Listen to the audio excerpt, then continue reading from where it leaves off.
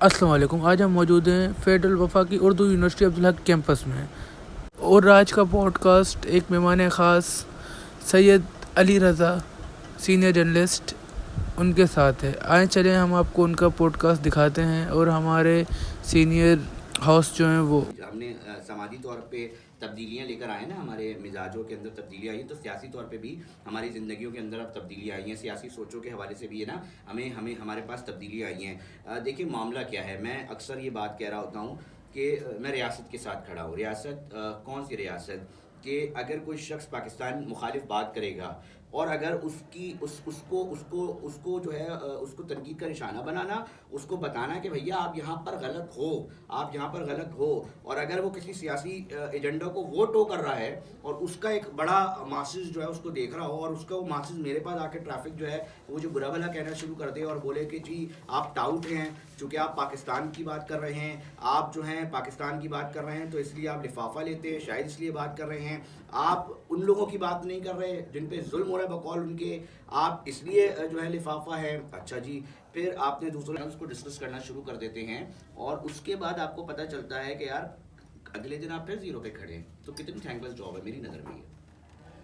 मतलब उसके मैं जा रहा हूँ तो वो वाज़ेह लग रहा है एक ग्रे आईडी है। यार ग्रे आईडी आप जो है 100 बना लो और एक आदमी जो है वो ग्रे आईडी के जरिए ये परसेप्शन देने की कोशिश करे कि भाई अवाम साथ है, और आप जैसे 100 खड़े हो जाओ और जो 1000 आईडीज बनाने ग्रे आईडीज और वो एक एक बंदे को काउंटर करें, अपने व्हाट्सएप ग्रुप बनाएं और उसके अंदर उस बंदे की पोस्ट डालें और उसकी रीच के ऊपर जो कमेंट जाके करें और ये परसेप्शन देने बनाने की कोशिश करें कि जनाब ये देखिए अगर खान के खिलाफ कोई बात करता है, पीटीआई के खिलाफ बात करता है, मेरा मुद्दा क्या है? मेरा मुद्दा पीटीआई नहीं है, मैं पीटीआई के खिलाफ नहीं हूं, मैं बार बार वाजे कर चुका हूं। मैं ये बताने की कोशिश कर रहा हूं कि भैया अहमको, नालायको, जो तुम्हारा डिजिटल विंग है वो तुम्हारी सियासत को तबाह बर्बाद कर रहा है, तुम्हारे लीडर को नुकसान पहुंचा रहा है। मैं ये बात कर रहा हूं कि तुम्हारा जो बयान सोशल मीडिया पे वायरल हो रहा है उसके नतीजे ऐसे नहीं हो सकता कि तुम्हारी लीडरशिप पर ना आए।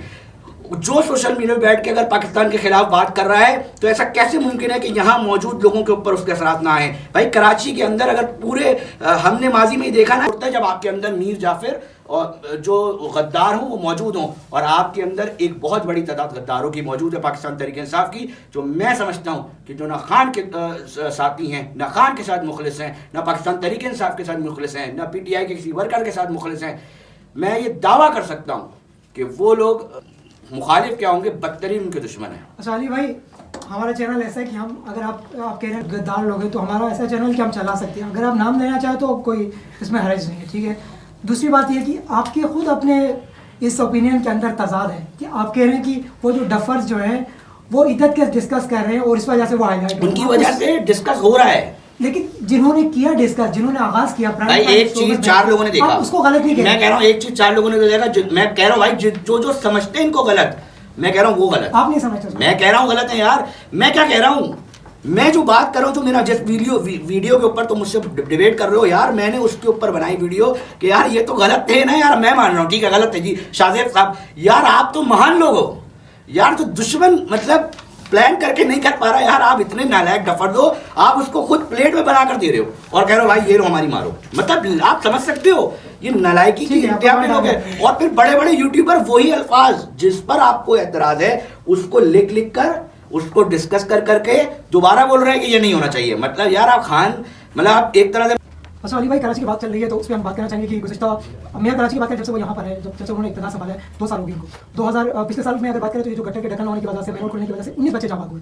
अब इस साल की बात करें तो 5 बच्चे हो चुके हैं। कल का वाक़या निपा चौरंगी पे जो अफसोसनाक वाक़या पेश है जिसमें 3 साल के इब्राहिम जो है इस अफसोसनाक वाक़ये का शिकार हो। तो आप क्या समझते हैं इसमें कौन जिम्मेदार है, केएमसी, मेयर या फिर कोई और? इसमें मैं ये समझता हूँ कि पॉलिसी साज इसके सबसे बड़े जिम्मेदार हैं। मुझे एक बताया जाए कि एक शख्स जो कि मेयर है और एक वाटर कॉर्पोरेशन है, ऑल्दो के वो ये क्लेम कर रहे हैं कि ये हमारी जगह नहीं थी, यानी कि वाटर कॉर्पोरेशन ये क्लेम कर रहा है कि इसके अंदर हमारी कोई भी ऐसी लाइन नहीं जा रही थी। मैं इस डिबेट से भी बाहर निकलकर आपसे ये सवाल और लोगों के सामने ये सवाल रखना चाहता हूँ कि हम हल पे क्यों नहीं बात करते, हम मसाइलों के ऊपर बात कर रहे होते हैं। आज भी आप देखें तो गटर के ढक्कन के ऊपर सियासत हो रही है। मैं ये जानना चाहता हूँ कि यार हल कौन पेश कर रहा है, मुझे बताइए। मेरे मोहल्ले का ढक्कन और मेरे मोहल्ले के गटर के ढक्कन ना होने का सबसे पहले इन किसको होगा? मुझे होगा।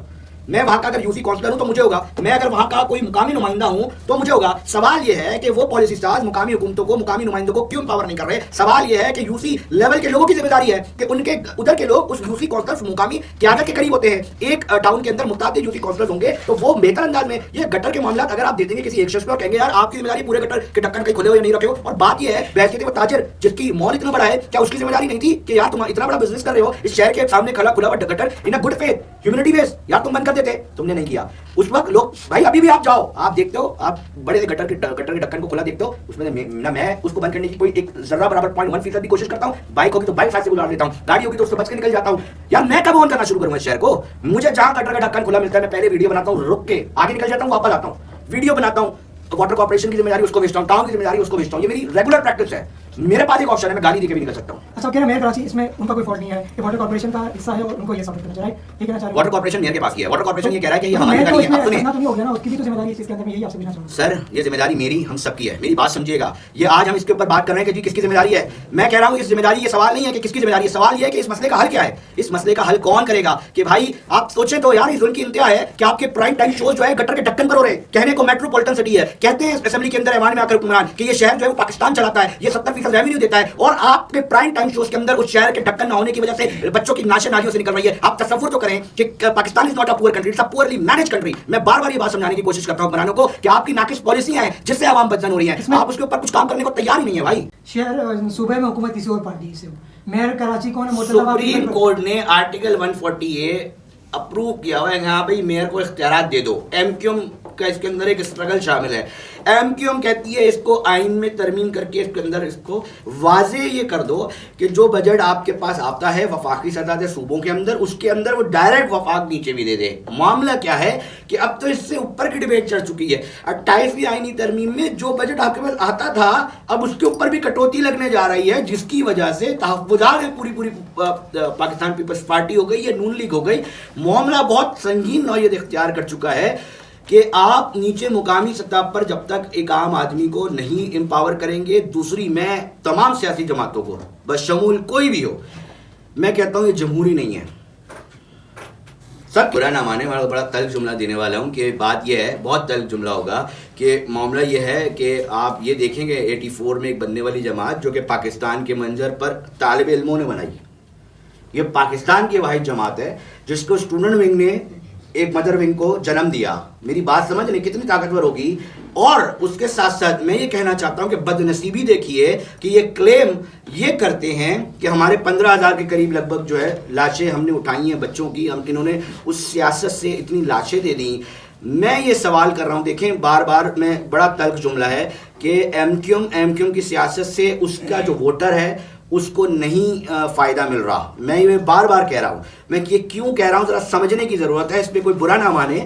मैं ये इसलिए कह रहा हूं कि आप उठाइए, आप पास में उठाइए और आप ये देखने और जानने की कोशिश तो करिए कि मुझे बताइए कि आपको कभी बताया जाता है कि जो सुराग कोट का पठान जो है वो आपका दुश्मन है, जो कटी पहाड़ी पर जो है वो आपका साल तक बगैर तनख्वाह के काम कर सकते हैं। बहुत जल्दी से इस फील्ड में आ जाएं। अगर आपको घर में कोई काम नहीं है, आपने जिंदगी में ये सोचना है कि सिर्फ आपने घूमना फिरना है और आपके पैसे वैसे जो है वो कहीं और से आ रहे हैं, तो फौरन इस जगह पर आ जाए, जर्नलिज्म करें। अगर आपको पता है कि खामों में कोई आकर जो है आप पर FIR करा देगा, कोई आपको धमकी लगा देगा, कोई आपको कहीं से भी किसी भी तरह से नुकसान पहुंचा सकते हो और आपको कोई फर्क नहीं पड़ता इस नुकसान पहुंचने से, तो भाई आप इस सहाफत में आए।